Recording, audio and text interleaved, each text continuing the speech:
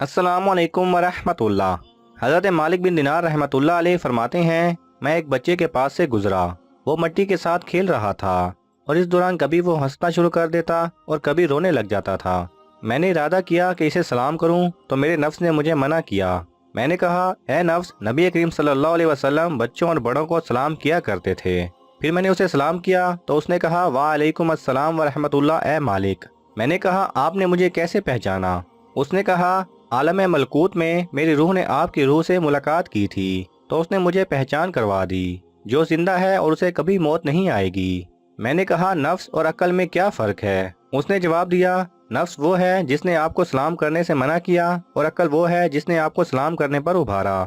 मैंने कहा, तुम मिट्टी से क्यों खेल रहे हो?